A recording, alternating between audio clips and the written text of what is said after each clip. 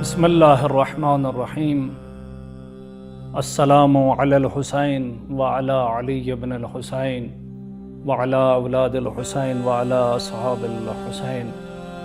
شہدائے کربلا تاریخ انسانیت کے وہ عظیم ستارے ہیں جن کا تذکرہ لیے ہم آپ کی خدمت میں حاضر رہیں گے، اور آج جس شہید والا کا تذکرہ ہم آپ کی خدمت میں کریں گے، جن کا نام تاریخ انسانیت میں بہت عظیم ہے اس لیے کہ اس نے اپنے آپ کو حسین ابن علی سے جوڑا۔ یہ کوفہ کے شہید ہیں جن کا نام ہانی بن عروہ مرادی ہے۔ آپ کا تعلق بنی مراد کے قبیلے سے ہے، آپ بنی مراد کے قبیلے کے سردار تھے۔ آپ کے قبیلے کا تعلق یمن سے ہے، آپ یمن کے معاشرے میں جانی پہچانی شخصیت تھے اور آپ کو پورا معاشرہ احترام کی نگاہ سے دیکھتا تھا۔ جب حضرت ہانی بن عروہ مرادی کوفہ پہنچے تو کوفے کے معاشرے میں بھی، جامعہ میں بھی آپ نے وہیں عزت اور وقار کو پایا جو عزت اور وقار آپ کا یمن کے اندر تھا۔ یمن میں بھی آپ رؤسائے قبائل میں سے ایک کہلاتے تھے۔ آپ کی شان و شوکت کا عالم یہ تھا کہ جب آپ کہیں جاتے تھے اور جانے کے لیے اپنی سواری پر سوار ہوتے تھے تو آپ کے ساتھ 4000 گھڑ سوار اور 8000 پیادہ افراد آپ کی ہمراہی کرتے تھے، اور کبھی آپ اپنے اتحادی قبائل کندہ کو بلاتے تھے تو پھر آپ کے گرد 30,000 لوگوں کا مجمع ہوا کرتا تھا۔ یہ آپ کی شان و شوکت کا عالم تھا۔ آپ رسول خدا کے صحابی ہیں، آپ امیر المومنین علی بن ابی طالب صلوات اللہ وسلامہ علیہ کے صحابی ہیں۔ جنگ جمل، جنگ صفین اور جنگ نہروان میں آپ علی کے شانہ بشانہ لڑے ہیں، اور آپ علی کی تحریک اور نہضت کے حامی تھے، اور آپ نے علی کے حق میں علی کے دشمنوں سے جنگیں لڑی ہیں، اور آپ امام حسن مجتبیٰ کے صحابی بھی ہیں۔ آپ کے والد بزرگوار حضرت عروہ رضی اللہ تعالیٰ عنہ وہ عظیم ستارے ہیں تاریخ انسانیت کے کہ جس کا نام تاریخ آج بھی یاد کرتی ہے۔ حضرت عروہ حجر بن عدی کی تحریک کے بنیادی ارکان میں سے ایک رکن تھے۔ معاویہ امیر شام حضرت عروہ کو قتل کرنا چاہتے تھے، شہید کرنا چاہتے تھے، مگر وہ شہید کر نہ سکے اس لیے کہ زیاد بن ابی مانے بنا۔ جب ابن زیاد ملعون شہر کوفہ میں داخل ہوئے تو ہانی بن عروہ مرادی ابن زیاد سے ملنے کے لیے ان کے دربار پہ چلے گئے۔ وہاں پہنچے اور پہنچ کر ابن زیاد سے ملاقات کر کے کہتے ہیں، آپ کے والد کا میرے والد پر احسان ہے اور میں یہی احسان چکانے آپ کے پاس آیا ہوں۔ میں احسان کو یوں چکاؤں گا کہ میں آپ کو مشورہ دیتا ہوں کہ آپ جتنا ممکن ہو سکے جلدی کوفہ سے نکل جائیں، اپنے اہل و عیال اور اپنے سامان کو سمیٹ کر دوبارہ واپس شام چلا جائے۔ یہ کہہ کر ہانی بن عروہ مخاطب ہو گئے اپنے دوست شریک بن اعور سے، جو کہ ابن زیاد کے ساتھ بصرہ سے کوفہ آئے تھے، اور شریک کو دعوت دی، اپنے گھر لے کے آئے، اس لیے کہ شریک بن اعور حضرت ہانی بن عروہ کے دوست تھے۔ شریک آئے ہانی کے گھر میں، اور ابن زیاد کے کوفہ میں وارد ہونے کے 2 دن بعد مسلم ابن عقیل سفیر حسین بھی مختار ثقفی کا گھر چھوڑ کر ہانی کے گھر میں آ گئے۔ جب حضرت مسلم ہانی کے گھر آ گئے اور دروازے پہ دستک دی، ہانی باہر آئے، کیا دیکھا؟ سفیر حسین ہے جو ہانی کے گھر میں آئے ہیں۔ ہانی بن عروہ کہنے لگے، مسلم، آپ کے میرے گھر آنے سے مجھے کوئی خوشی محسوس نہیں ہوئی، اس لیے کہ ہانی پہلے خوش نہیں تھے، کوفے کے حالات کچھ اس طرح کے تھے۔ اب جب آپ آ گئے ہیں تو میں مجبور ہوں اپنے گھر میں جگہ دوں۔ مسلم فرمانے لگے، ہانی، میں آیا ہوں تاکہ آپ میری مہمان نوازی کر سکو۔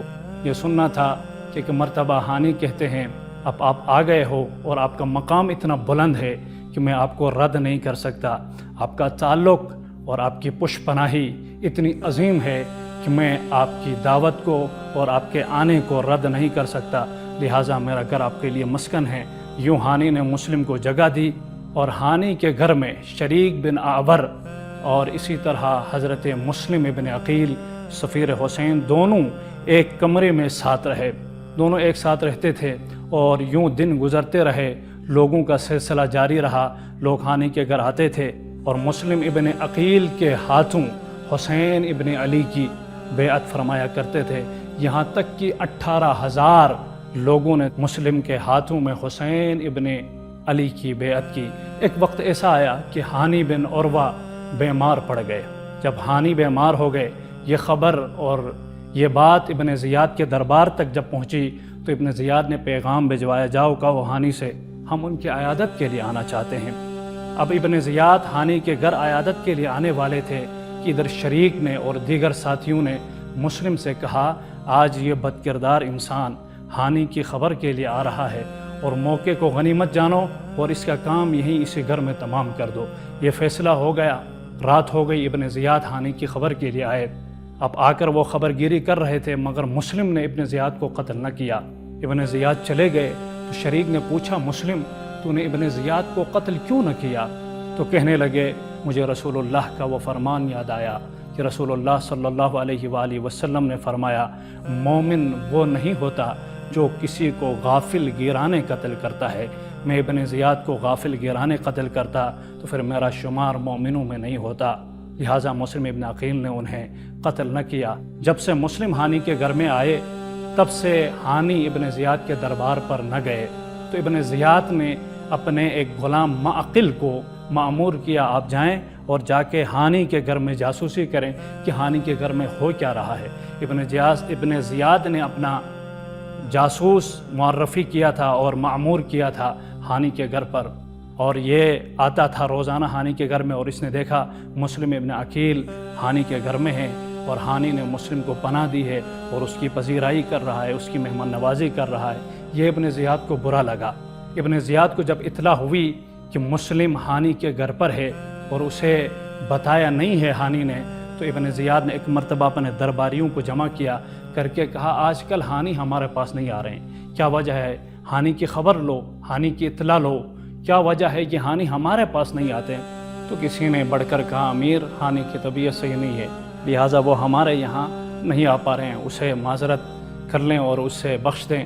یہ سننا تھا کہ ایک مرتبہ ابن زیاد کہتے ہیں، ہم نے سنا ہے ہانی کی طبیعت ٹھیک ہو گئی ہے اور وہ فی الحال ٹھیک ہیں اور روزانہ اپنے گھر کے دروازے پہ آ کے بیٹھ جاتے ہیں، اس لیے کہ ابن زیاد نے اپنے غلام معقل کو مأمور کیا تھا کہ وہ جائے اور جا کر ہانی کے گھر میں جاسوسی کرے، اور وہ جاسوسی کر رہا تھا، تمام اطلاعات ابن زیاد کو پہنچا رہا تھا۔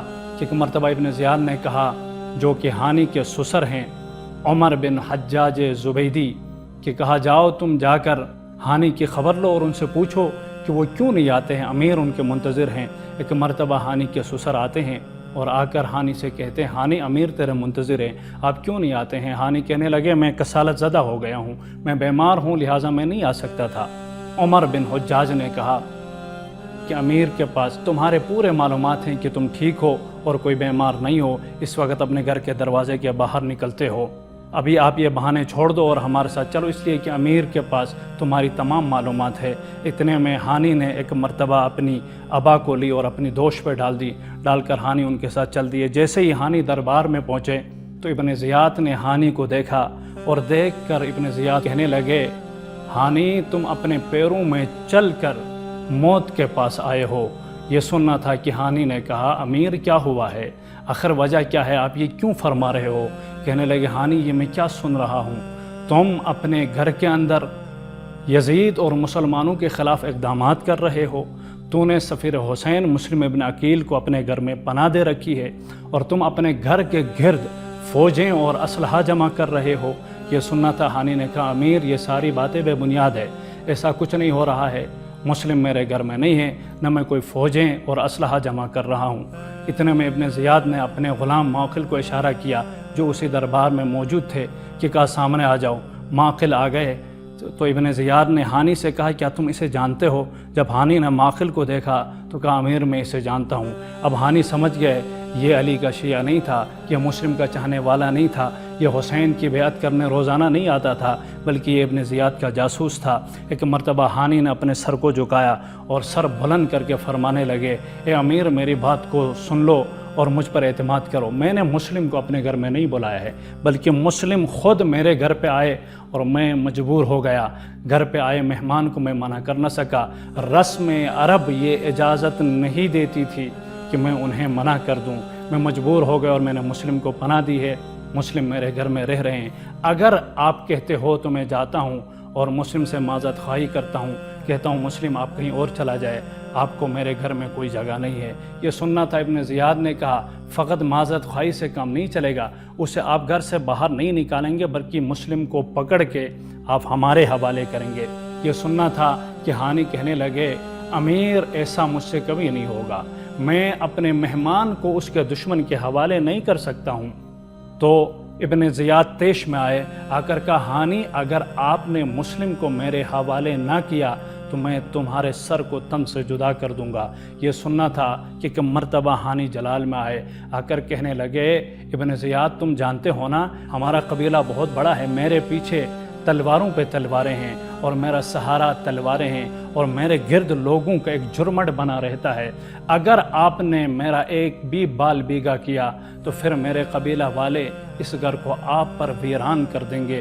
یہ سننا تھا کہ ابن زیاد تیش میں آئے، آ کر کہنے لگے ہانی کیا تم مجھے شمشیروں سے ڈراتے ہو؟ یہ کہہ کر اس ملعون نے ہاتھ پہ موجود چھڑی سے ہانی کے اوپر اشارہ کیا، جس کی وجہ سے ہانی کی ناک کٹی اور خون بہنا شروع ہو گیا۔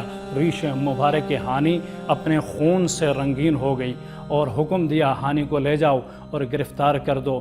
باہر شہر کوفہ میں ایک آواز پھیلی، کہا ہانی قتل کر دیے گئے، ہانی شہید کر دیے گئے۔ اتنے میں قبائل مزہج کے افراد جمع ہو گئے اور جمع ہو کر کے وہاں دارالعمارہ کو اپنے احاطے میں لیا، اپنے گھیرے میں لیا، کہا ہمارے بزرگ کو کیوں قتل کیا ہے جبکہ ہم خلیفہ کے ساتھ تھے، ہم خلیفہ کی بیعت میں تھے، آخر کس وجہ پر ہمارے قبیلے کے بزرگ خانق بن عروہ کو قتل کر دیا گیا۔